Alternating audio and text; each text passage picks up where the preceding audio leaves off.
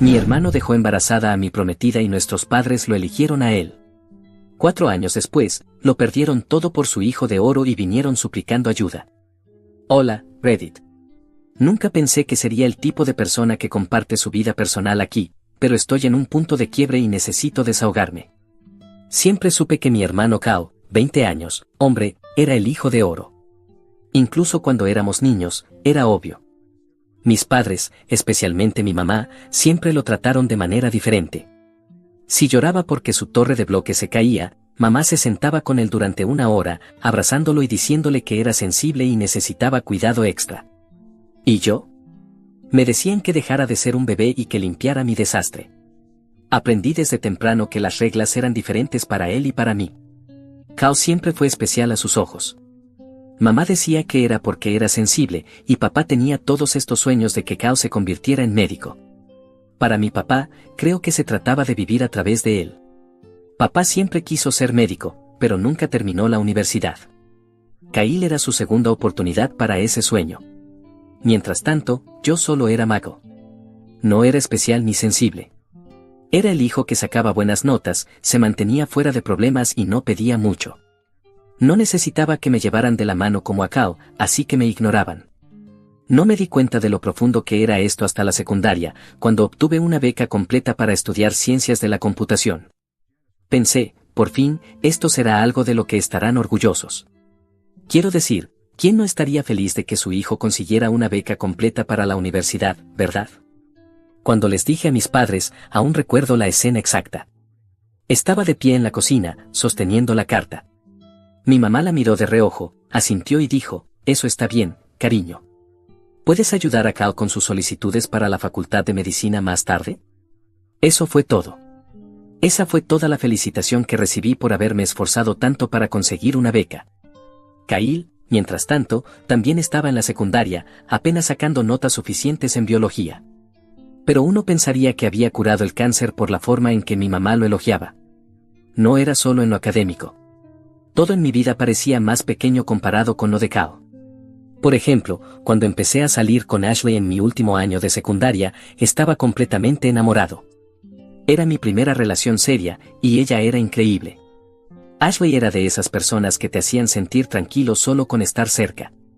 Trabajaba medio tiempo en un salón mientras terminaba la escuela secundaria, y desde entonces ya estaba enfocada en ahorrar para el futuro. Era práctica, inteligente y se preocupaba mucho por mí. Pero a mis padres no les importaba. No querían conocerla. Cuando llegó el Día de Acción de Gracias ese año, les pregunté si Ashley podía unirse a nosotros. Mi mamá literalmente dijo, «Es solo un amor de secundaria, no lo hagas un gran asunto». Eso dolió. Quería que mis padres la conocieran, que vieran lo que yo veía, pero no. Ashley no era lo suficientemente importante. Kyle, en cambio, cada una de sus novias era tratada como realeza. Siempre estaban en las cenas familiares, recibiendo trozos de pastel casero, y mis padres las adulaban como si ya fueran sus nueras. Recuerdo una noche en la mesa del comedor, escuchando a mi mamá preguntar a la novia de Cao sobre sus sueños y planes de carrera. Yo solo estaba sentado ahí pensando, ¿dónde estaba ese entusiasmo por Ashley? Aún así, Ashley y yo lo hicimos funcionar. Yo fui a la universidad gracias a mi beca, mientras ella se quedó trabajando en el salón y ahorrando dinero. Hicimos una relación a larga distancia durante 2 años, llamadas de video los fines de semana, visitas cuando podía hacerlas funcionar. Nos aferramos el uno al otro. No fue fácil, pero estábamos construyendo algo. Cuando le propuse matrimonio a Ashley el verano pasado, sentí que todo había valido la pena. Estábamos en un pequeño parque cerca de su apartamento, y había ahorrado para comprarle un anillo sencillo pero hermoso. Lloró cuando le pregunté, y ambos reímos entre lágrimas porque estábamos tan felices. Por primera vez, sentí que mi vida finalmente avanzaba. Para mi sorpresa, mis padres parecieron aceptar a Ashley después de que le propuse matrimonio. Fue como si se hubiera activado un interruptor en la cabeza de mi mamá. De repente, Ashley era parte de la familia. Mi mamá incluso empezó a preguntarle sobre los planes de la boda y qué tipo de vestido quería. En ese momento pensé que esto era una señal de que mis padres estaban cambiando, que tal vez finalmente estaban empezando a verme, no solo a Cao. Debería haber sabido que era demasiado bueno para ser verdad. Llegó el Día de Acción de Gracias nuevamente, y esta vez fui a casa emocionado. Tenía planes de contarle a mi familia sobre la boda y empezar a hablar sobre el futuro. Tal vez incluso mostrarles lo bien que me estaba yendo en la escuela y con mi pasantía. Sentía que finalmente las cosas estaban empezando a alinearse para mí. Entonces recibí el mensaje. Era de Ashley, de la nada, necesito hablar. Starbucks. Urgente. Tuve un presentimiento horrible, pero traté de ignorarlo. Pensé que tal vez solo estaba estresada por la boda. Cuando entré a ese Starbucks, nunca olvidaré cómo se veía. Ashley estaba sentada en una mesa de la esquina, sosteniendo una taza de café con ambas manos como si fuera lo único que la mantenía firme. No levantaba la vista. Me senté, y antes de que pudiera siquiera preguntar qué estaba mal, lo soltó de golpe: estoy embarazada. Es de Cal. Esas palabras me golpearon como un puñetazo en el pecho. Sentí como si no pudiera respirar. Por un segundo pensé que debía haber escuchado mal. De hecho, le pedí que lo repitiera, esperando haberlo entendido mal. Pero no, lo dijo de nuevo. Empezó a llorar, tratando de explicar. Dijo que pasó durante el verano, cuando Cal iba seguido a su salón. Él hablaba de lo lejos que yo estaba, de lo sola que debía sentirse. Dijo que ni siquiera sabía cómo empezó, pero que simplemente pasó. Seguía disculpándose, diciendo que no quería que llegara tan lejos. No grité, no me enojé. Solo me quedé sentado mirándola. Después de un minuto, me levanté, agarré mis llaves y salí. No le dije nada, simplemente me fui. No recuerdo mucho del camino de regreso a casa después de lo que Ashley me contó en Starbucks. Sentí como si mi cerebro se hubiera desconectado del resto de mi cuerpo. La radio estaba sonando algo, probablemente una de esas canciones pop sobreexpuestas, pero para mí solo era ruido. No lloré, no grité. Solo me sentía vacío. Cuando llegué a la casa de mis padres, ya estaba oscuro. Estacioné en el camino de entrada y me quedé allí un momento, mirando la luz del porche. Se sentía surrealista, como si estuviera a punto de entrar en un sueño donde nada tenía sentido. No estaba seguro de si siquiera estaba listo para enfrentar a Cal o a mis padres, pero necesitaba respuestas. El segundo que entré a la casa, lo vi. Kyle estaba sentado en el sofá, con la cabeza baja, los hombros encorvados. Esa era su pose típica, cabeza baja, como un niño atrapado robando galletas. Mi mamá estaba a su alrededor, dándole palmaditas en la espalda y pasándole pañuelos. Ella no lloraba, pero se veía preocupada, como si Cal fuera la víctima aquí. Mi papá estaba cerca de la ventana, con los brazos cruzados, sin decir una palabra. Parecía estar evitando toda la situación. La tensión en la habitación era sofocante. Se sentía como si todos hubieran estado esperando a que yo llegara, como si fuera la última pieza de un rompecabezas muy desordenado. ¿Qué demonios está pasando?, dije. Mi voz salió más baja de lo que quería, pero aún así cortó el silencio. Mi mamá fue la primera en hablar. Mako, sentémonos y hablemos de esto con calma. ¿Con calma? Esa palabra me puso de los nervios al instante. Yo no quería calma, quería la verdad. Quería saber cómo mi prometida, la mujer con la que había planeado una vida, terminó embarazada del hijo de mi hermano. No me digas que me calme, solté con brusquedad. Miré directamente a Cal. Tú deberías estar hablando. Di algo. Cal no levantó la mirada, solo murmuró algo hacia su pecho. ¿Qué?, dije, esta vez más fuerte. Habla claro. Mi mamá intervino como si fuera su abogada. Él está asumiendo la responsabilidad de sus acciones, Mako. Este es un gran paso para él. Va a ser padre. No podía creer lo que estaba escuchando. ¿Un gran paso? Como si esto fuera algún logro por el que debía felicitarlo. Me reí, pero no era una risa divertida, era amarga. ¿Un padre? Él ni siquiera puede pasar una clase básica de biología, y ahora creen que está listo para ser padre, dije, mirando a mi papá, quien seguía mirando por la ventana como si nada de esto le concerniera. ¿No tienes nada que decir, papá? Mi papá finalmente se giró hacia mí, suspirando como si el problema aquí fuera yo. Son jóvenes. Cometen errores, Mako. Si realmente amas a Ashley, debes dejarla ir. Van a tener un bebé. Dejarla ir, repetí, sintiendo como la ira hervía dentro de mí. ¿Esa es tu solución? ¿Tu hijo se acuesta con mi prometida y yo solo debo entregársela, como si no fuera gran cosa? No hables así, me interrumpió mi mamá. Esto es una bendición, Mako. Es una señal.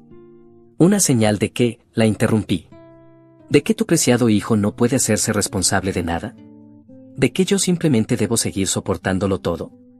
El rostro de mi mamá se endureció. Cal cometió un error, pero está haciendo lo correcto ahora.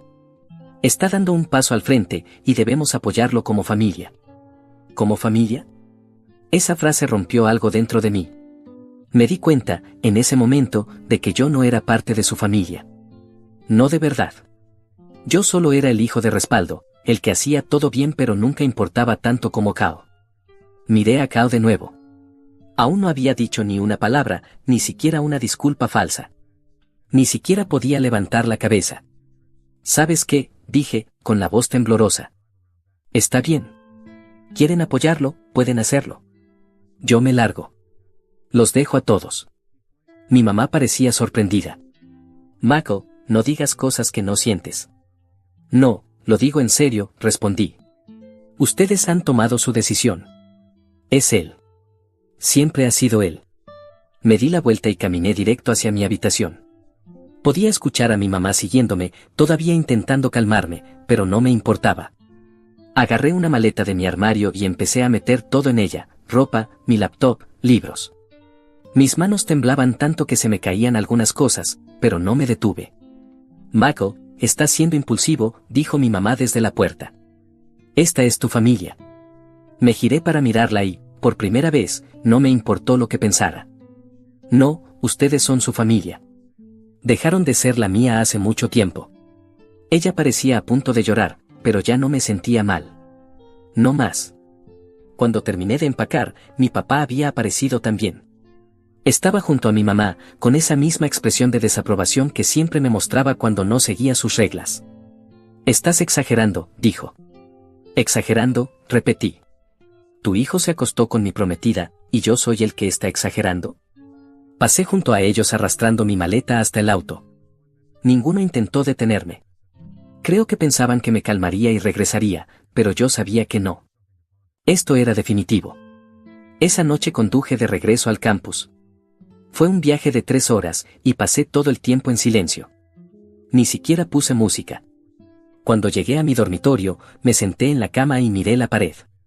Todo se sentía surrealista, como si estuviera viendo la vida de otra persona desmoronarse. A la mañana siguiente, cambié mi número de teléfono.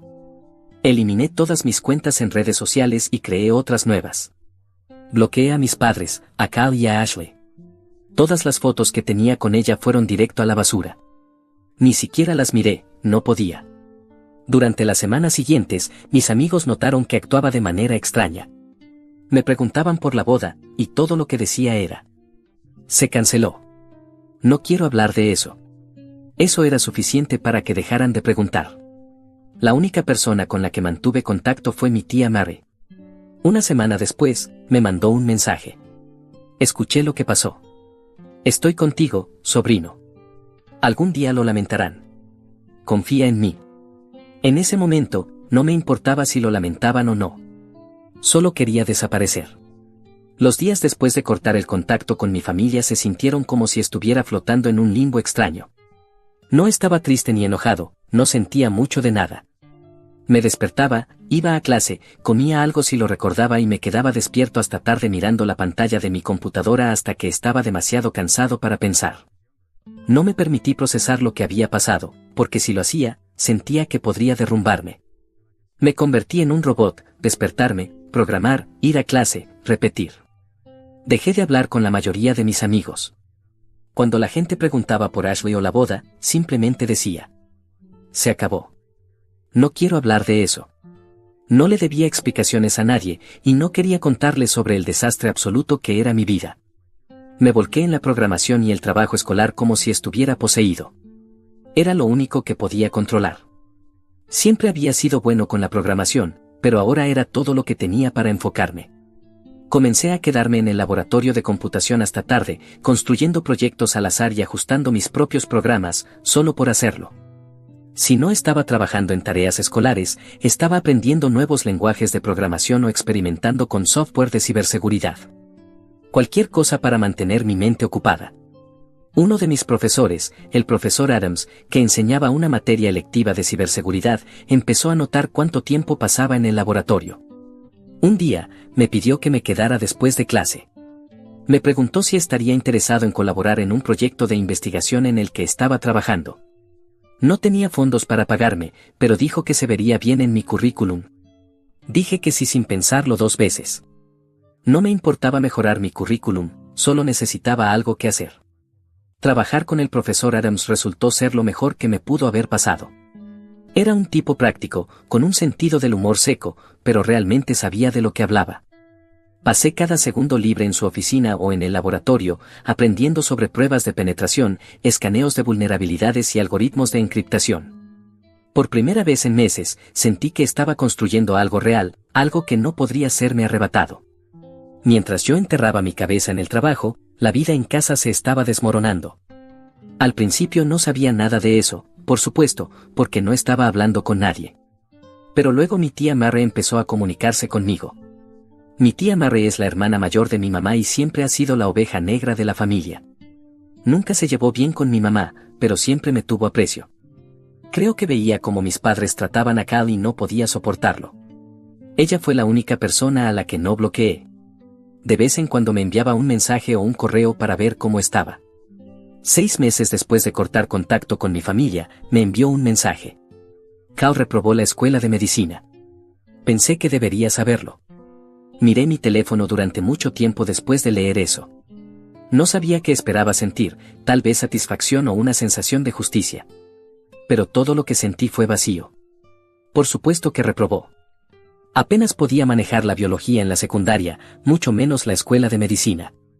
Dejé el teléfono a un lado y volví a programar. En los meses siguientes, mi tía Mary siguió actualizándome. Kyle no les contó a mis padres sobre sus calificaciones hasta que ya había sido expulsado. Para entonces, había quemado la mayor parte del dinero que mi papá había ahorrado para su matrícula. Mis padres estaban furiosos al principio, pero rápidamente volvieron a su rutina habitual de inventar excusas para él. Mi mamá dijo que Cal estaba bajo demasiada presión y necesitaba tiempo para encontrarse a sí mismo. Mi papá culpó a la escuela por ser demasiado estricta. La verdad era que Cal nunca había trabajado por nada en su vida, así que cuando las cosas se pusieron difíciles, simplemente se rindió. Después de abandonar la escuela de medicina, Cal regresó a casa. Pasó los primeros meses sin hacer nada, mientras mis padres lo mimaban. Mi mamá encontraba excusas para justificar por qué no estaba trabajando, está procesando todo. Mientras tanto, mi papá seguía hablando de segundas oportunidades. Mientras tanto, Ashley había dado a luz a una niña. Estaba criándola sola, en su mayoría porque Cal no hacía el esfuerzo de involucrarse. Ayudaba de vez en cuando, pero, según mi tía Mary, eso usualmente significaba que mi mamá lo presionaba hasta que pasaba 1 o 2 horas con la niña. Escuchar todo esto no me hacía sentir mejor. Si acaso, solo reforzaba lo que ya sabía, mis padres siempre elegirían a Cal, no importaba cuánto arruinara todo. Pero mientras ellos estaban ocupados limpiando sus desastres, yo estaba construyendo mi propia vida. Para cuando me gradué, ya tenía una oferta de trabajo esperándome.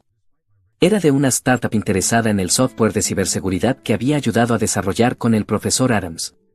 Les gustó tanto mi trabajo que me ofrecieron un puesto como desarrollador junior, con una participación en la empresa.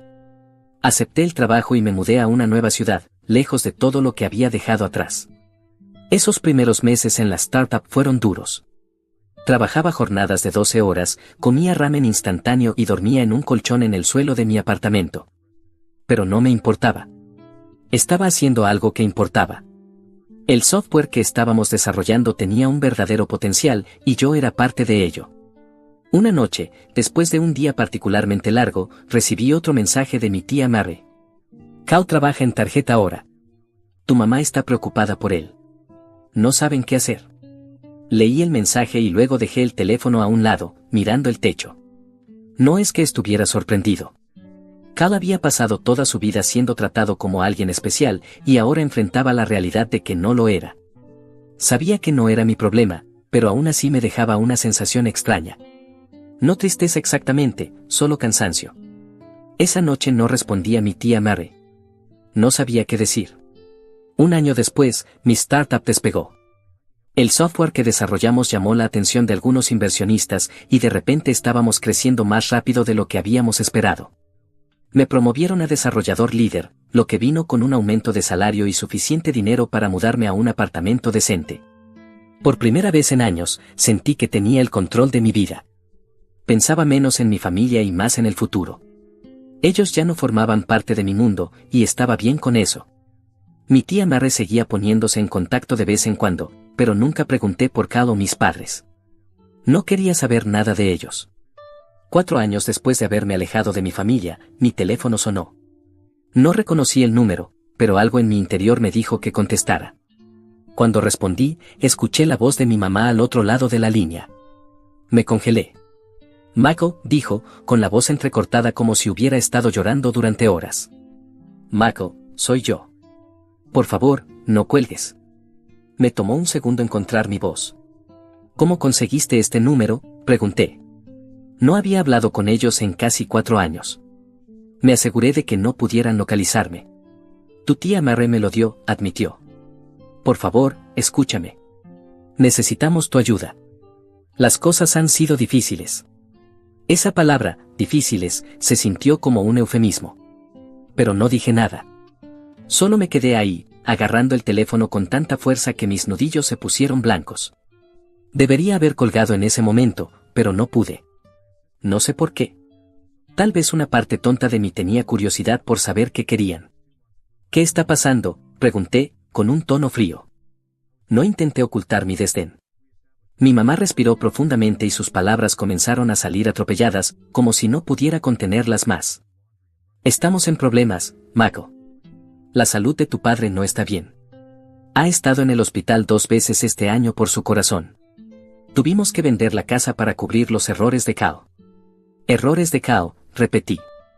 Sabía que no debería haber preguntado, pero no pude detenerme. Ella vaciló un momento antes de explicarlo todo. Al parecer, Cal había pedido prestados 40,000 pesos para una oportunidad de negocio que un amigo le presentó. No dio detalles, probablemente porque no lo sabía o porque no quería admitir lo ridículo que sonaba. El negocio fracasó en un mes. Cuando Cal no pudo pagar el préstamo, mis padres intervinieron, usando los ahorros de su jubilación para intentar salvarlo. Eso, combinado con las facturas médicas de mi papá, los obligó a vender la casa. Mis padres se mudaron a un pequeño apartamento de 2 habitaciones en las afueras de la ciudad. Y, por supuesto, Cal se mudó con ellos. ¿Dónde más iba a ir? Mako, no nos queda nada, dijo mi mamá, con la voz quebrada, como si estuviera a punto de romperse en llanto. Cal está buscando trabajo, pero... Buscando trabajo, la interrumpí, sintiendo como la ira comenzaba a hervir dentro de mí. Mamá, Cal tiene 24 años. Es un hombre adulto. ¿Por qué siguen resolviendo sus problemas? Porque somos sus padres, respondió, alzando la voz, como si eso lo explicara todo.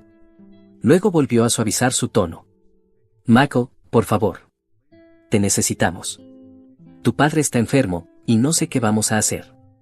Sentí como mi pecho se apretaba, pero mantuve mi voz firme. ¿Por qué debería ayudarles?, pregunté. Ustedes dejaron claro hace 4 años cuál era mi lugar en esta familia. Eso no es justo, respondió rápidamente. No sabíamos qué hacer en ese momento. Kyle cometió un error, pero está intentando ahora. Intentando, dije con sarcasmo. Aún viviendo de ustedes, como siempre. Hubo un largo silencio al otro lado de la línea. Pude escuchar su respiración, entrecortada y temblorosa. Finalmente, habló. Por favor, Mako, dijo, casi suplicando. Tu padre está muy mal y no nos queda nada. Te necesitamos. Cerré los ojos y respiré hondo. Por un momento, imaginé cómo debían verse ahora. Mi papá, encorvado, con el cabello canoso, mirando por la ventana de un pequeño apartamento. Mi mamá, caminando de un lado a otro, preocupada. Wakao, sentado en el sofá con la cabeza baja, como aquella noche hace 4 años. Era casi demasiado fácil de visualizar.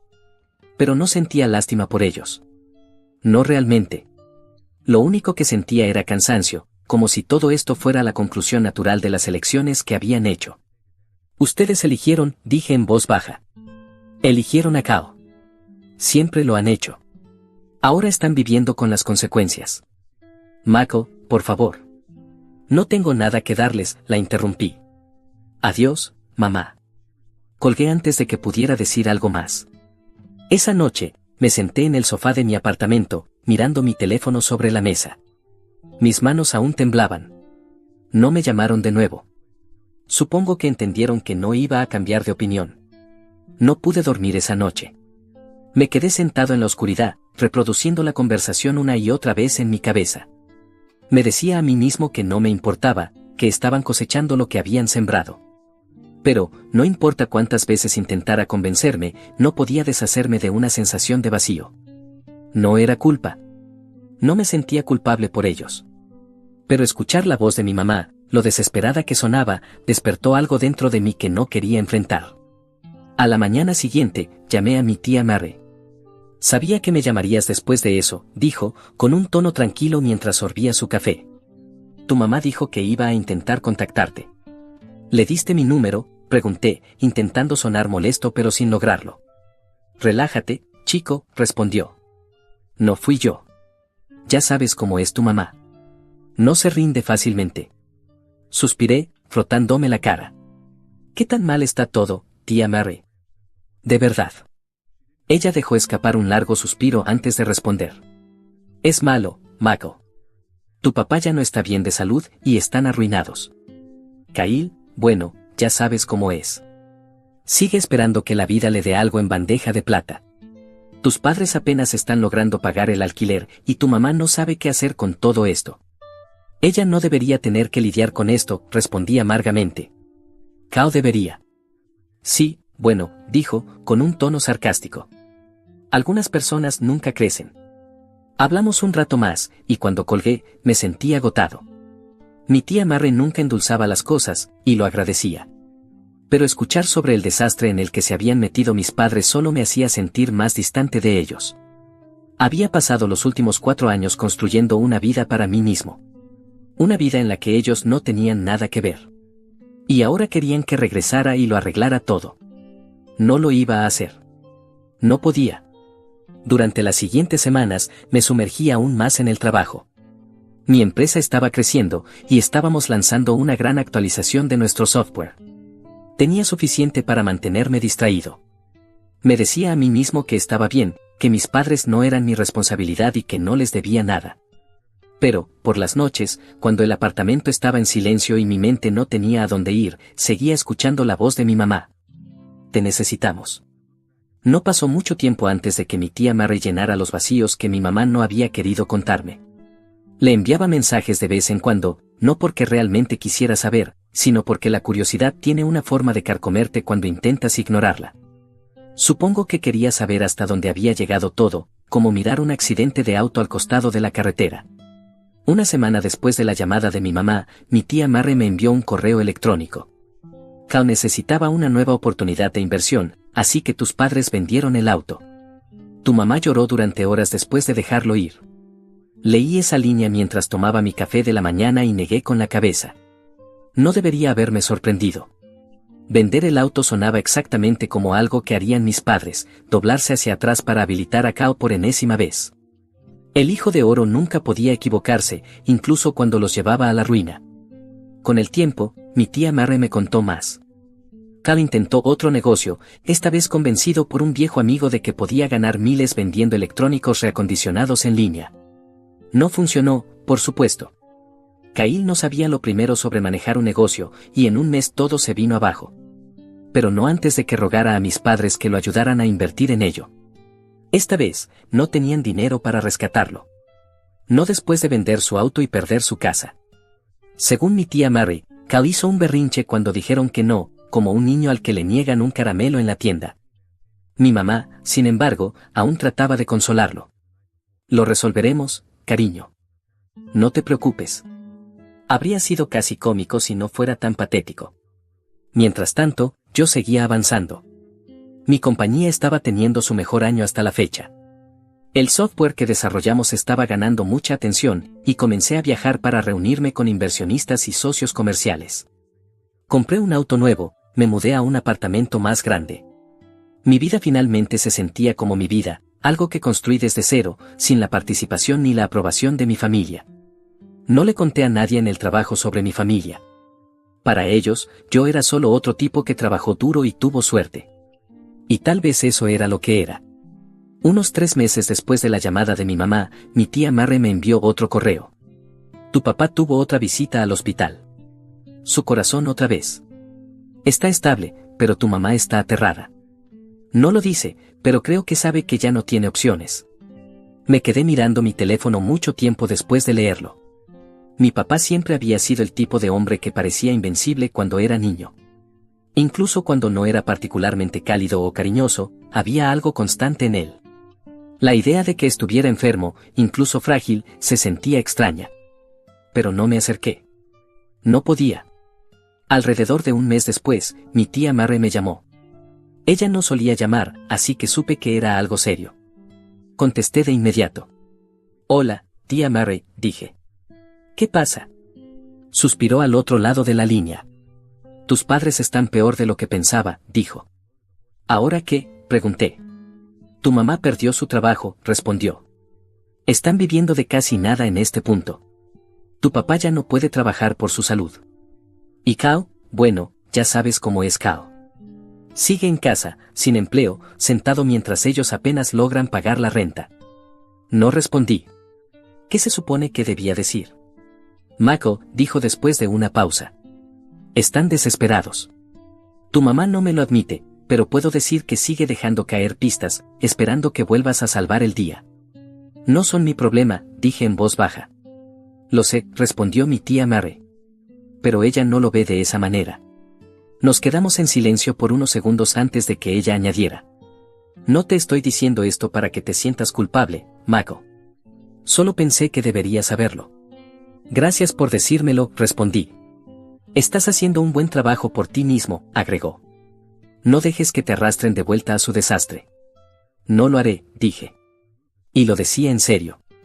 Unas semanas después, mi curiosidad me ganó. Busqué a Cal en internet. No había revisado nada sobre él en años, había bloqueado cuentas, eliminado amigos en común y cortado todos los lazos. Abrí una ventana de navegación privada y escribí su nombre en Facebook. Su perfil seguía siendo público. La última publicación era de unas semanas atrás, una foto de él sentado en el sofá de mis padres, con pantalones de deporte y un control de videojuegos en la mano. El pie de foto decía: tomándomelo con calma. La vida es corta, ¿saben? Los comentarios me hicieron retorcerme. Sus viejos amigos seguían animándolo. Te lo mereces, hombre. Llegarás lejos pronto, bro. Cerré la pestaña, disgustado. ¿Cómo podía seguir teniendo gente que lo alentara después de haber hecho nada con su vida? Mientras tanto, mis padres sacrificaban todo para mantenerlo a flote. Pensé en enviarle una captura de pantalla a mi tía Mary, pero no lo hice. No valía la pena. Unos meses después, mi empresa cerró un gran trato. La participación que recibí como parte de mi paquete de acciones fue suficiente para asegurarme económicamente durante años. Celebré con algunos compañeros de trabajo, cené bien y luego regresé a mi apartamento tranquilo. Esa noche, me senté en el sofá, pensando en lo lejos que había llegado.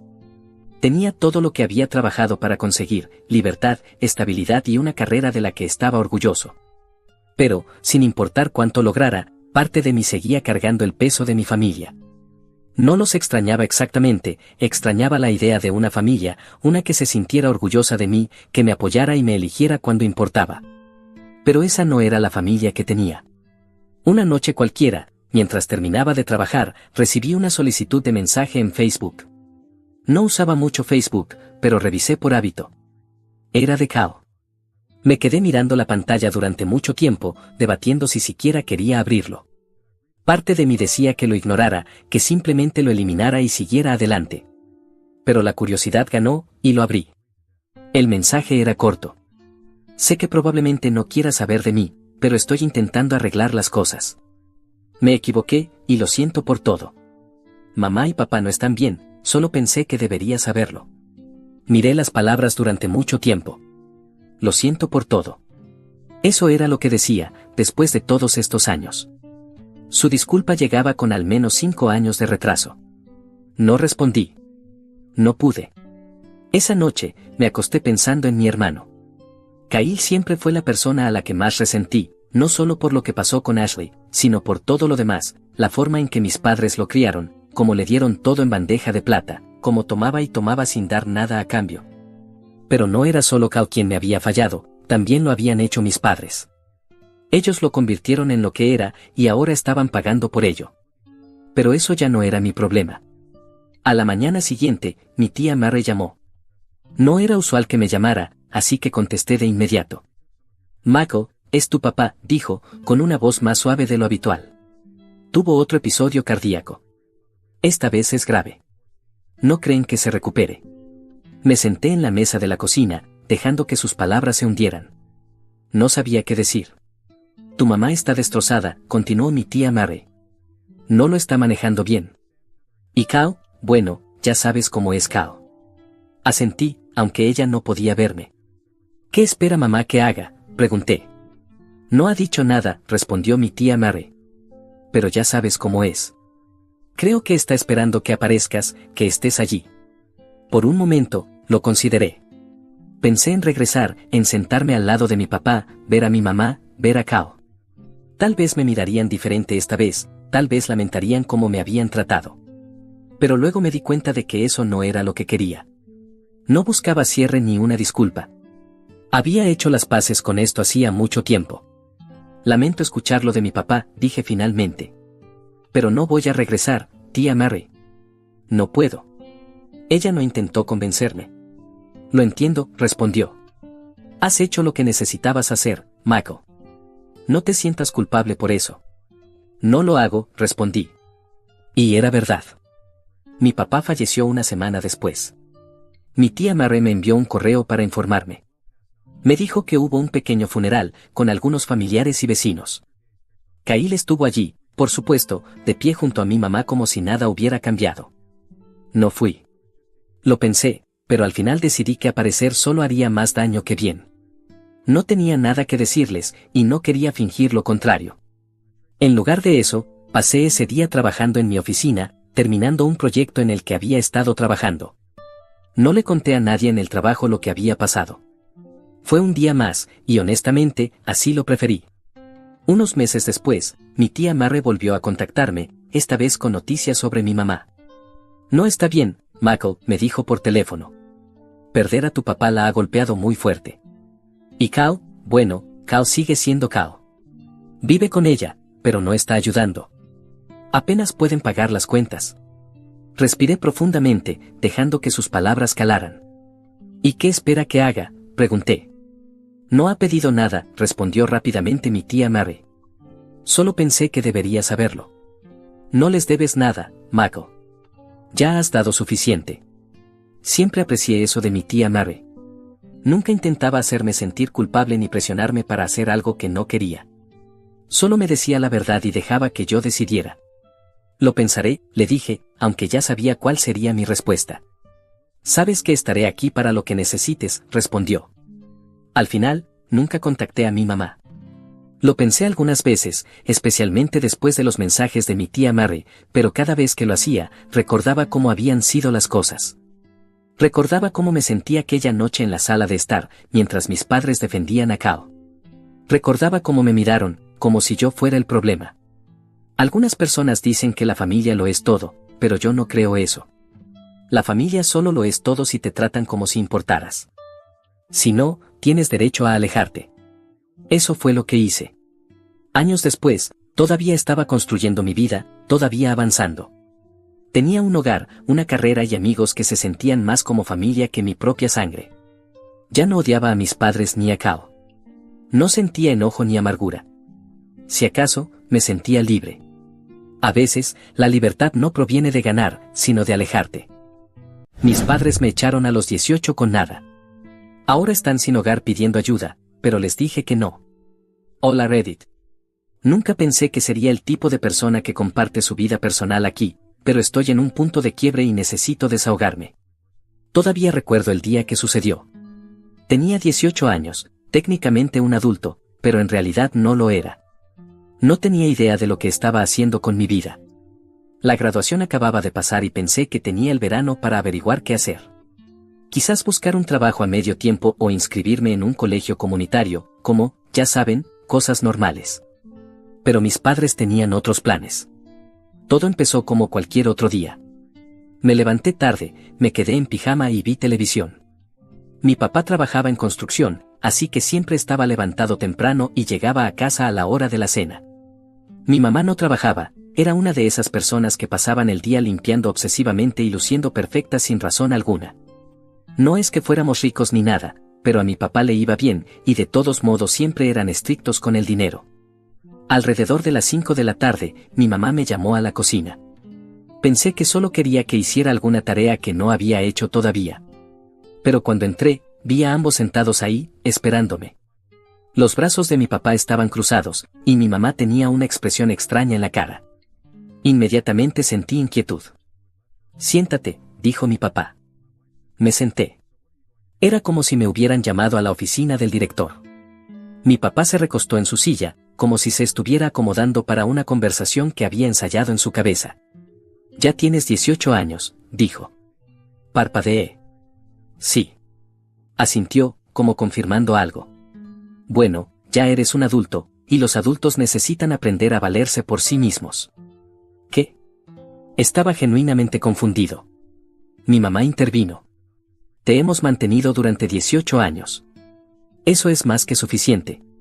Es hora de que descubras cómo arreglártelas por tu cuenta».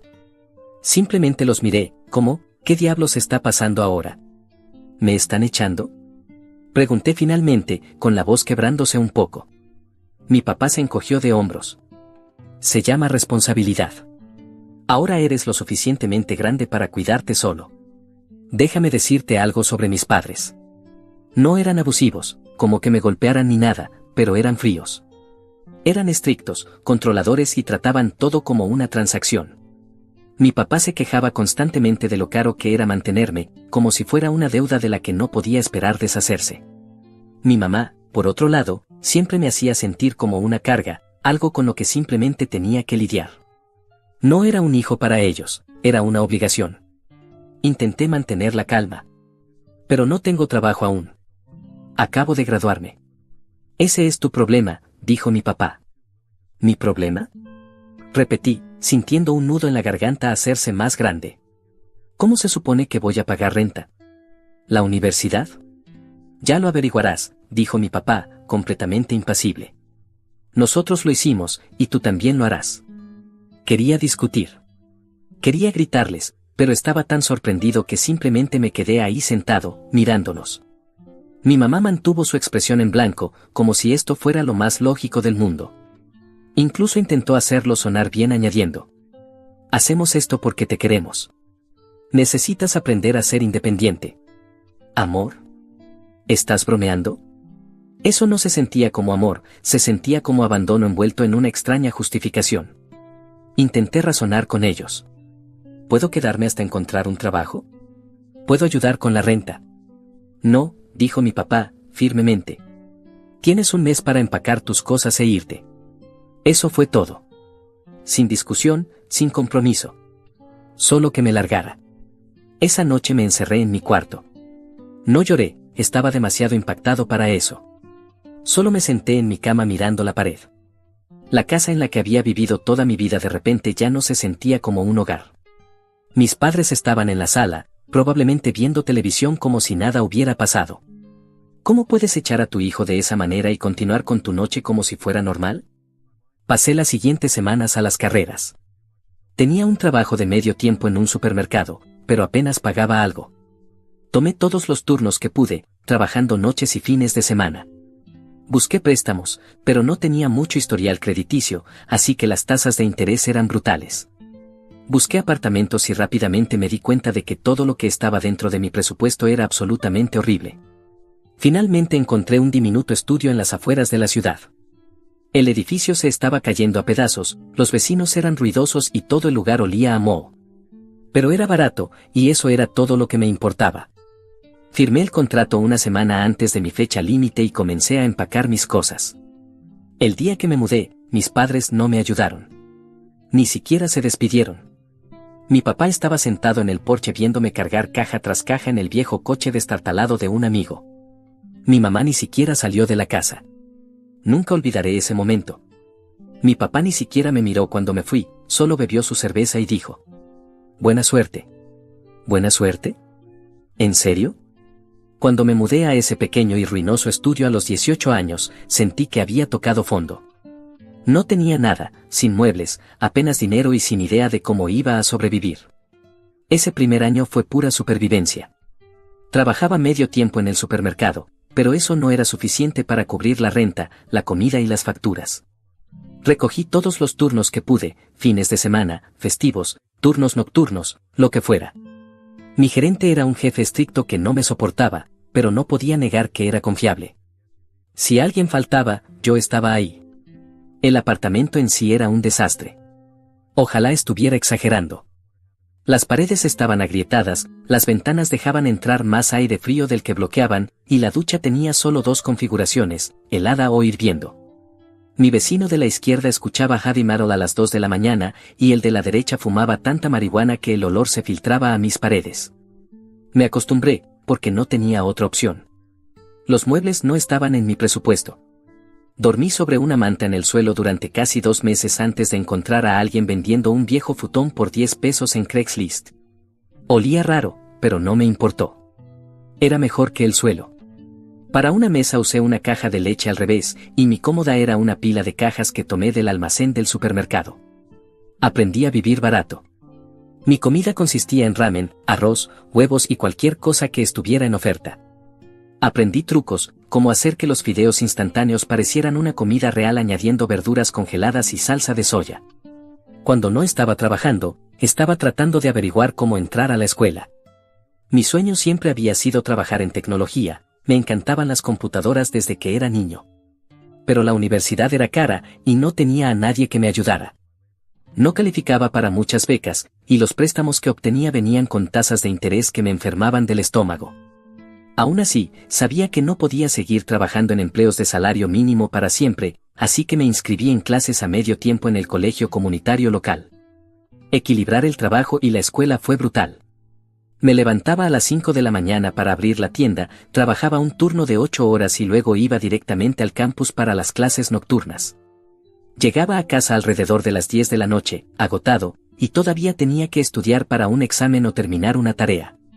Algunas noches simplemente me quedaba dormido sentado con mi laptop abierta.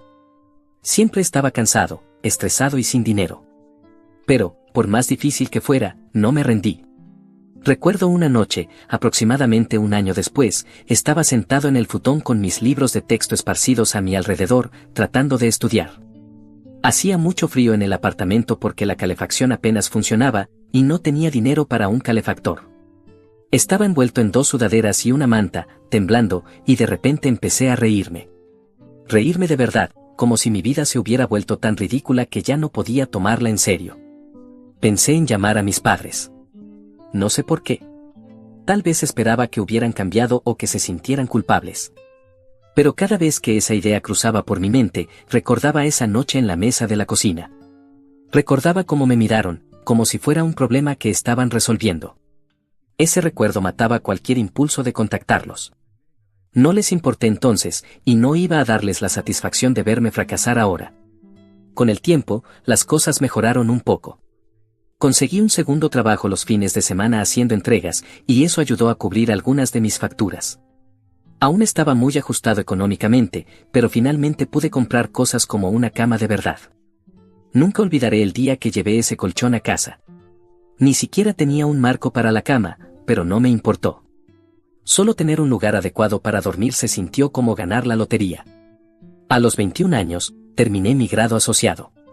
Me tomó más tiempo que a la mayoría de las personas, pero lo logré. Estaba orgulloso de mí mismo, pero también sabía que no podía detenerme ahí. El colegio comunitario me había dado un comienzo, pero para conseguir un buen trabajo en tecnología necesitaba una licenciatura. Me transferí a una universidad estatal. No era nada lujoso, y viajaba desde mi pequeño y horrible apartamento para ahorrar dinero, pero no me importó. Seguí trabajando en 2 empleos para hacerlo funcionar. La mayoría de los días sentía que estaba agotando mis reservas de energía. Conducía a clase con apenas media hora de sueño, tragando el café más barato que podía encontrar en la gasolinera. Durante esos años, comencé a cortar lazos con muchas personas que conocía de la escuela secundaria. No porque no me gustaran, sino porque nuestras vidas eran tan diferentes. Ellos estaban de vacaciones, recibiendo ayuda de sus padres y saliendo de fiesta los fines de semana. Yo no podía relacionarme con nada de eso. Mis fines de semana los pasaba entregando pizzas o limpiando almacenes. Mentiría si dijera que no sentía amargura a veces. Envidiaba a las personas cuyos padres realmente querían ayudarlos. Envidiaba a las personas que podían concentrarse en la escuela sin tener que trabajar en 2 empleos solo para sobrevivir. Pero esa amargura también fue lo que me mantuvo en marcha. Tenía algo que demostrar, no solo a mis padres, sino a mí mismo. A los 24 años, me gradué con mi licenciatura. Aún recuerdo el día en que recibí el correo electrónico diciendo que había conseguido mi primer trabajo real, un puesto de nivel inicial en una empresa tecnológica. Me quedé sentado mirando mi laptop, atónito. Era la primera vez en años que sentí que las cosas finalmente iban a estar bien. Ese primer sueldo se sintió surrealista. Ya no tenía que preocuparme por si podía pagar los comestibles. No tenía que elegir entre pagar la renta o arreglar mi coche. Incluso comencé a ahorrar dinero por primera vez en mi vida. Un año después, me mudé de ese horrible apartamento a algo mejor. No era nada lujoso, pero era limpio, tranquilo y se sentía como un hogar. Compré muebles, una cama real, un sofá, una mesa. Por primera vez, no sentía que solo estaba sobreviviendo, realmente estaba viviendo. A los 26 años, compré mi primera casa.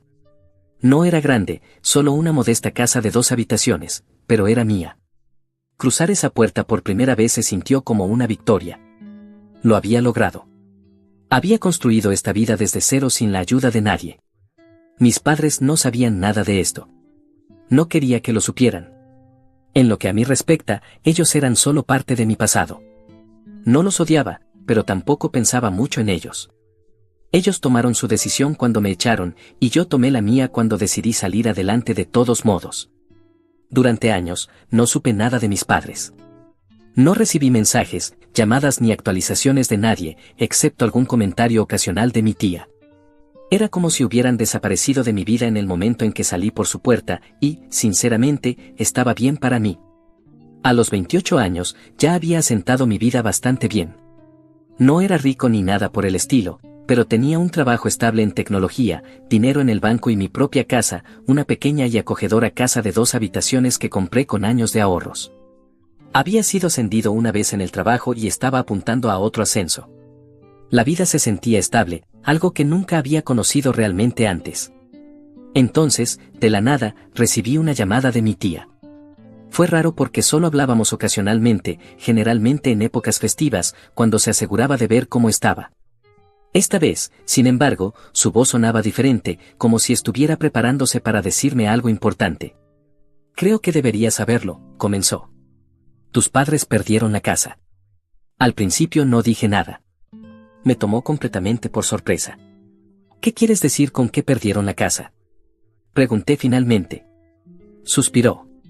Tu papá se metió en un mal negocio. Por lo que entiendo, pensó que podía obtener una ganancia rápida, pero todo salió mal. Lo demandaron y, bueno, les quitaron todo. La casa, los coches, sus ahorros, todo. Me recosté en mi silla, dejando que todo se hundiera. Mi papá siempre había estado obsesionado con el dinero. No puedo contar las veces que me daba sermones cuando era niño sobre ahorrar, ser responsable, sobre cómo las personas que desperdician dinero merecen perderlo todo. Y ahora él había perdido todo. ¿Y ahora qué están haciendo? Pregunté. Han estado quedándose con algunos amigos durante las últimas semanas, dijo con cuidado, como esperando mi reacción. Pero no es una solución a largo plazo. No tienen a dónde ir. Ya podía sentir hacia dónde se dirigía esto. Van a necesitar ayuda, y pensé que quizás tú. La corté con una corta carcajada. Yo. ¿Por qué los ayudaría? Siguen siendo tus padres, dijo en voz baja. Sentí que mi pecho se apretaba. Siguen siendo tus padres. Era la misma frase que había escuchado 1000 veces cuando le conté a la gente cómo me echaron. Como si la palabra padres borrara todo lo que me habían hecho. No les importé cuando necesitaba ayuda, dije con firmeza. Ellos tomaron su decisión. Mi tía no discutió. Creo que sabía que no tenía sentido intentarlo. Después de una pausa, simplemente suspiró. Solo pensé que debería saberlo. Colgué, negué con la cabeza y traté de continuar con mi día, pero no podía dejar de pensar en ello. No me sentía mal por ellos, ni siquiera un poco. Pero sentía algo. No era enojo, eso se había extinguido hacía años. Era más como una curiosidad extraña. Esas eran las personas que me habían dicho que debía averiguarlo por mi cuenta cuando tenía 18 años. Ahora era su turno, y no tenía ni idea de cómo hacerlo. Pasaron unas semanas y no supe nada más sobre ellos. Supuse que seguían saltando de sofá en sofá o tratando de idear algún otro plan improvisado. Entonces, una mañana de sábado, alguien llamó a mi puerta. No esperaba a nadie, y vivo en un vecindario tranquilo, así que las visitas son raras. Abrí la puerta y me quedé congelado. Eran mis padres. Mi papá se veía deteriorado. Antes era un hombre grande, imponente, siempre erguido y en control. Ahora se veía más pequeño, como si la vida lo hubiera desgastado literalmente. Su rostro estaba lleno de arrugas, su ropa estaba arrugada y tenía bolsas debajo de los ojos, como si no hubiera dormido en días. Mi mamá, quien siempre solía estar impecable con su cabello, ropa y maquillaje perfectos, se veía desaliñada, su rostro pálido y demacrado. Por un momento, simplemente los miré. Creo que no los había visto en más de 10 años. Necesitamos hablar, dijo mi papá, con la voz baja y tensa. No dije nada. Simplemente crucé los brazos y me apoyé en el marco de la puerta. Mi mamá intervino rápidamente, con la voz temblorosa. Perdimos la casa. No, no tenemos dónde ir. Incliné la cabeza ligeramente, fingiendo no entender. Sí, ya lo escuché. Mi papá cambió de peso incómodamente, mirando a mi mamá como si quisiera que ella dijera la siguiente parte. Y lo hizo. Pensamos que tal vez podríamos quedarnos aquí, dijo rápidamente, como si decirlo rápido hiciera que sonara menos absurdo. Solo por un tiempo, hasta que podamos recuperarnos. No pude evitarlo, me reí. No fue una risa amarga esta vez, fue una incredulidad genuina. Están bromeando, ¿verdad? Dije. El rostro de mi papá se tensó. No estaba acostumbrado a estar de este lado de la conversación, pidiendo ayuda en lugar de dar órdenes. No tenemos a nadie más a quien acudir, dijo, su voz empezando a mostrar irritación. Oh, ¿y ahora se supone que me importa? Respondí. Somos tus padres, exclamó. Nos lo debes. La sensación de derecho en su voz era impactante. Lo dijo como si fuera un hecho, como si fuera una regla universal de la vida que les debía algo simplemente porque eran mis padres. ¿En serio? Pregunté, sacudiendo la cabeza. Me echaron a los 18 sin nada. No les importó si me moría de hambre o terminaba sin hogar. Y ahora vienen aquí porque, ¿qué? ¿Esperan que lo salve? No tuvimos elección, sollozó mi mamá, con la voz quebrándose. Tampoco yo, dije, sintiendo que los años de ira burbujeaban en la superficie. No tuve elección cuando me echaron. Tuve que resolverlo por mi cuenta. Y lo hice. Entonces, ¿qué los hace pensar que ahora tienen derecho a pedirme ayuda? Los ojos de mi mamá se llenaron de lágrimas, pero no sentí culpa, ni siquiera un poco. Por favor, dijo en voz baja, no tenemos a dónde más ir. Los miré por un momento, tratando de decidir si sentía aunque fuera una pizca de simpatía. No la sentí. Si acaso, verlos así solo reafirmaba lo correcto que había sido cortar la relación con ellos hace años. Deberían haberlo pensado antes de echarme, dije finalmente. Yo no soy su plan de respaldo. El rostro de mi papá se puso rojo, y por un segundo pensé que iba a empezar a gritar, pero no lo hizo. Simplemente apretó la mandíbula y me miró con furia. Mi mamá miró hacia abajo, limpiándose los ojos. Buena suerte, dije secamente, y luego cerré la puerta en sus caras. Me quedé ahí por un momento, mirando la puerta cerrada. Pensé que sentiría algo, arrepentimiento, culpa, lo que fuera. Pero no. Lo único que sentía era calma. Ellos habían tomado sus decisiones y ahora estaban viviendo con las consecuencias. Regresé a la cocina, terminé mi café y seguí con mi día. No esperaba que volvieran después de que les cerré la puerta en la cara. Pensé que captarían el mensaje. Pero, aparentemente, algunas personas no entienden un no como respuesta. A la mañana siguiente, me desperté con varias llamadas perdidas. Ni siquiera necesitaba mirar el identificador de llamadas para saber de quién eran. Mi teléfono volvió a sonar mientras me cepillaba los dientes, otra llamada. La dejé ir al buzón de voz. Para el mediodía, las llamadas cesaron, pero comenzaron los mensajes de texto. Primero fue mi mamá. Por favor, no tenemos a dónde ir. Solo por unas semanas, luego no te molestaremos más. Luego mi papá. Todavía somos tus padres. No puedes simplemente dejarnos así. No respondía ninguno de los dos. No tenía interés en tener esa discusión. Eran adultos, tal como lo fui yo a los 18 años cuando decidieron que necesitaba resolver las cosas por mi cuenta. Ahora era su turno. Pero no se detuvieron. Unas horas después, mi tía me llamó. Al principio ignoré la llamada, pero luego me dio curiosidad por lo que diría, así que contesté cuando volvió a llamar. No quiero meterme en esto, comenzó, lo que inmediatamente me dijo que estaba a punto de meterse en esto. Entonces no lo hagas, dije sin rodeos. Suspiró. Ellos vinieron a mi casa esta mañana. Me contaron lo que pasó. Han estado saltando de un lugar a otro por semanas. ¿No es así? Pregunté, sin sorpresa. Mi tía tenía un punto débil por las personas en problemas. Sí, admitió, pero cada vez les es más difícil encontrar dónde quedarse. Me pidieron que te llamara y... Tía Laura, no. La interrumpí. No voy a ayudarlos. Siguen siendo tus padres, dijo en voz baja, como si esa frase tuviera algún poder mágico. No me importa, respondí con firmeza. No les importé cuando yo los necesitaba. Dejaron claro que estaba solo, así que ahora ellos están solos. Es justo, suspiró nuevamente, esta vez con resignación en su voz. Lo entiendo, de verdad, pero ya sabes lo tercos que son. No van a parar. Bueno, tendrán que hacerlo, respondí. Bloquearé sus números si es necesario. No tuve que esperar mucho antes de que las cosas se intensificaran. A la mañana siguiente, un domingo, alguien volvió a llamar a mi puerta. Sabía exactamente quién era antes de abrirla. Esta vez no me molesté en ser cortés. Abrí la puerta de golpe, crucé los brazos y los miré fijamente. ¿Qué parte de no están entendiendo? Pregunté con franqueza.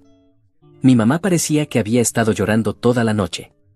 Mi papá, en cambio, se veía furioso. Su mandíbula estaba apretada, los puños cerrados a los lados, como si estuviera conteniendo sus emociones. Solo queremos hablar, dijo, con la voz baja y tensa. Ya hablamos, respondí. Ustedes pidieron quedarse aquí, y yo dije que no. ¿Qué más hay que decir? La voz de mi mamá se quebró. Por favor, solo escúchanos. Contra mi mejor juicio, salí y cerré la puerta detrás de mí. No quería que estuvieran de pie en mi entrada, y mucho menos invitarlos a entrar. Está bien, dije. Hablen. Mi mamá comenzó primero. Me contó cómo habían estado quedándose con amigos, cómo esos amigos estaban perdiendo la paciencia y cómo no podían recuperarse sin ayuda. Mi papá intervino de vez en cuando, pero sus palabras eran agudas y a la defensiva. No estamos pidiendo una limosna, dijo, solo un lugar donde quedarnos por un tiempo. Pagaremos renta. Ayudaremos en lo que podamos. Esperé a que terminaran antes de hablar. ¿Recuerdan lo que me dijeron cuando me echaron a los 18? Ninguno de los dos dijo nada. Dijeron que era un adulto.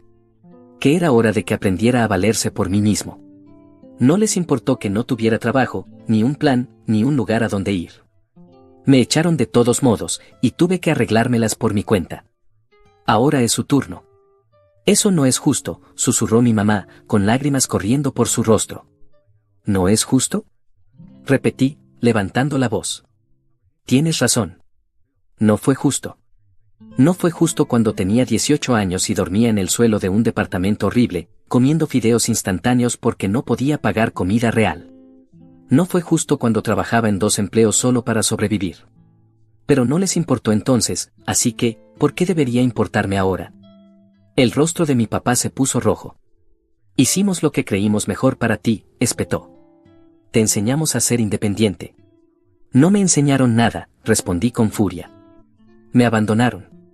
Me echaron porque era una carga. No intenten pararse aquí y actuar como si me hubieran hecho un favor. Por un momento, nadie dijo nada. Mi mamá simplemente estaba de pie allí, llorando en silencio, mientras mi papá parecía estar buscando algo que decir. Finalmente, habló. Somos tu familia, dijo. Nos lo debes. Eso fue el colmo. Di un paso hacia él, bajando la voz. No les debo nada. Llegué aquí por mi cuenta, sin su ayuda. Y ahora quieren entrar en mi vida y actuar como si les debiera algo. Eso no va a suceder. Malagradecido, comenzó mi papá, pero lo interrumpí. ¿Malagradecido? Reí amargamente. ¿Saben qué? Estoy agradecido. Estoy agradecido de que me echaran, porque me mostró exactamente quiénes son. Me mostró que no puedo contar con nadie más que conmigo mismo. Así que gracias por esa lección. Mi mamá se limpió las lágrimas, intentando una última vez. Por favor, no tenemos a nadie más. Los miré por un largo momento, tratando de sentir algo. Cualquier cosa. Pero no sentí nada. Había pasado años luchando por sus decisiones.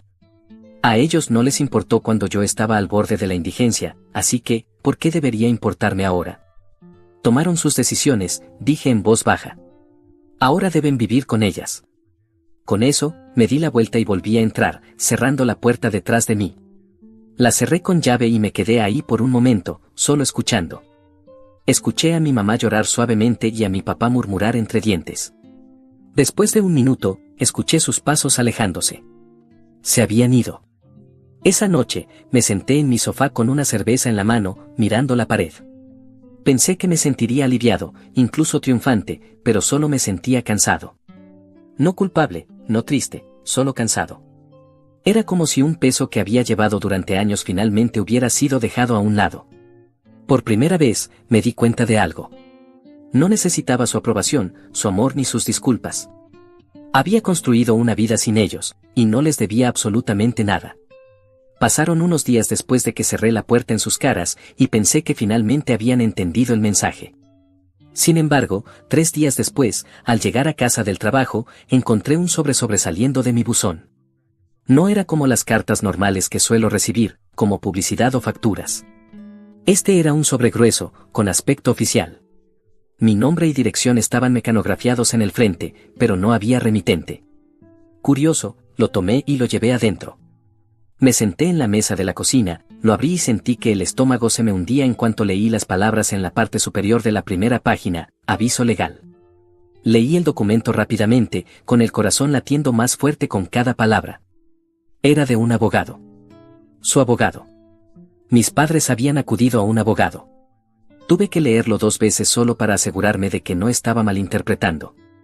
El contenido del documento decía, en resumen, que mis padres estaban afirmando que yo tenía la obligación legal de mantenerlos ahora que eran mayores y estaban sin recursos. Mencionaron algo sobre las leyes de responsabilidad filial que aparentemente existen en algunos estados. Era un intento desesperado, pero estaban tratando de obligarme legalmente a ayudarles. No podía creerlo. La pura audacia de mis padres era alucinante. Me echaron a los 18 años sin nada, dejándome a mi suerte. Nunca llamaron para saber si estaba bien, nunca me ofrecieron ayuda en mis peores momentos. Y ahora intentaban manipularme con un abogado. Al principio, pensé que era un farol. No había forma de que tuvieran un caso sólido, ¿verdad? Pero el hecho de que siquiera lo intentaran me enfureció. Había escuchado historias de personas que usaban abogados para demandar por pensiones alimenticias o deudas impagas, pero nunca imaginé que mis propios padres intentarían arrastrarme a un tribunal porque no les permitía quedarse en mi casa. Llamé a mi abogado, un tipo al que había contratado anteriormente cuando compré mi casa, y le expliqué la situación. Escuchó pacientemente y luego me pidió que le enviara una copia del documento. Unas horas después, me llamó. No te preocupes por esto, me dijo. Están tratando de asustarte, pero no tienen nada sólido. ¿Así que no pueden obligarme a apoyarlos? Pregunté. Ni de cerca, respondió. Tendrían que probar que están completamente en la indigencia y que tú tienes los medios financieros para mantenerlos. Ninguno de esos casos aplica aquí. Además, el hecho de que te abandonaron a los 18 años.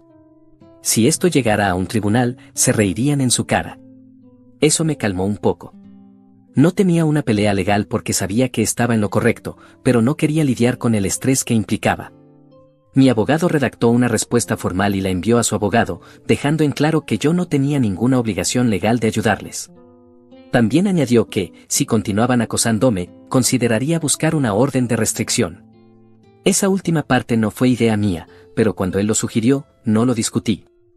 Después de que la carta fue enviada, no supe nada de ellos por algunos días. Pensé que tal vez habían entendido que no iban a ganar. Pero entonces mi teléfono comenzó a sonar de nuevo. Esta vez no solo eran mis padres. Mi tía me llamó, mi primo me llamó, incluso algunos familiares lejanos con los que apenas hablaba decidieron opinar. Aparentemente, mis padres habían estado contando a todos que yo me negaba a ayudarles después de todo lo que habían sacrificado por mí. Lo peor era que algunas personas realmente tomaron su lado. Mi primo Mark, a quien apenas conocía, me envió un mensaje diciendo: «Oye, siguen siendo tus padres. No puedes simplemente dejarlos sin hogar. Es cruel». Quise lanzar mi teléfono contra la pared. Respondí: ¿dónde estaban ellos cuando yo comía ramen durante 3 años seguidos? ¿Dónde estaban cuando trabajaba en 2 empleos solo para sobrevivir? Si no les importó entonces, ¿por qué debería importarme ahora? Mark no respondió. Pasé la siguiente semana ignorando llamadas y mensajes. Bloqueé los números de mis padres completamente y silencié a cualquiera que intentara hacerme entrar en razón. No iba a permitir que me manipularan emocionalmente para ayudarlos después de todo lo que me habían hecho. Una noche, estaba sentado en mi sofá revisando mi teléfono cuando recibí un correo electrónico de mi mamá. Había olvidado bloquearla ahí también. El correo era largo, demasiado largo. Contaba la misma historia que ya había escuchado, pero en doloroso detalle. Como habían perdido todo, como el mal negocio de mi papá los había arruinado, como estaban durmiendo en un cuarto prestado sin esperanza en el horizonte. Y al final del correo, había una frase. Tal vez no lo creas, pero siempre te amamos. Hicimos lo que pensamos que era mejor para ti. Me quedé ahí, mirando esa frase, sintiendo como el enojo volvía a llenarme. Hicimos lo que pensamos que era mejor. Era lo que siempre decían. Como si echarme sin apoyo alguno hubiera sido un acto de amor. No iba a dejar que reescribieran la historia. No respondí al correo. Lo marqué como spam y seguí adelante. Unos días después, mi abogado me llamó para informarme que el abogado de mis padres se había retirado por completo. Ya terminaron, dijo. Probablemente se dieron cuenta de que no iban a ganar y no querían gastar más dinero en honorarios legales. Esa fue la última vez que supe algo legal de ellos, o al menos eso pensé. Unos meses después de ese incidente, todo se calmó. No supe nada más de mis padres directamente, pero mi tía me dio una actualización un día durante una de nuestras llamadas ocasionales. Tus padres se mudaron a un pequeño apartamento de alquiler en el otro lado de la ciudad, dijo. Un amigo suyo les prestó el dinero para el depósito. Me explicó que mi papá estaba intentando encontrar trabajo nuevamente, aunque su reputación había quedado dañada por la demanda que lo había dejado en la ruina. Mi mamá, por su parte, había comenzado a limpiar casas para ganar algo de dinero. No sentí nada cuando escuché eso. No deseaba que les fuera mal, pero tampoco sentía lástima por ellos. Para mí, era simplemente información. Mi tía probablemente esperaba una reacción, porque hizo una pausa antes de agregar. Solo quería que lo supieras. No porque piense que debas hacer algo al respecto, solo pensé que querrías escucharlo. Gracias por decírmelo, respondí, y cambié de tema. No pasó mucho tiempo después de esa conversación cuando recibí un pequeño paquete en el correo. No tenía remitente, pero en cuanto lo abrí, supe de quién era. Dentro había una vieja foto mía cuando era niño, tal vez de 8 o 9 años. Estaba parado frente a la casa donde crecí, sonriendo de oreja a oreja, sosteniendo una bicicleta nueva. Recordé ese día, era mi cumpleaños, y había estado rogando por esa bicicleta durante meses. Por un instante, pude escuchar a mis padres animándome mientras daba vueltas tambaleantes por el camino de entrada, intentando no caerme. Detrás de la foto había una nota escrita a mano, breve, en la desordenada caligrafía de mi mamá. Lamentamos todo. Esperamos que estés bien. Solo queríamos que supieras que estamos orgullosos de ti. Eso fue todo.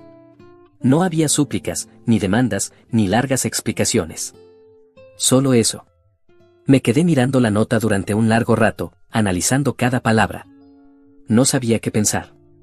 ¿Era genuina? ¿No lo era?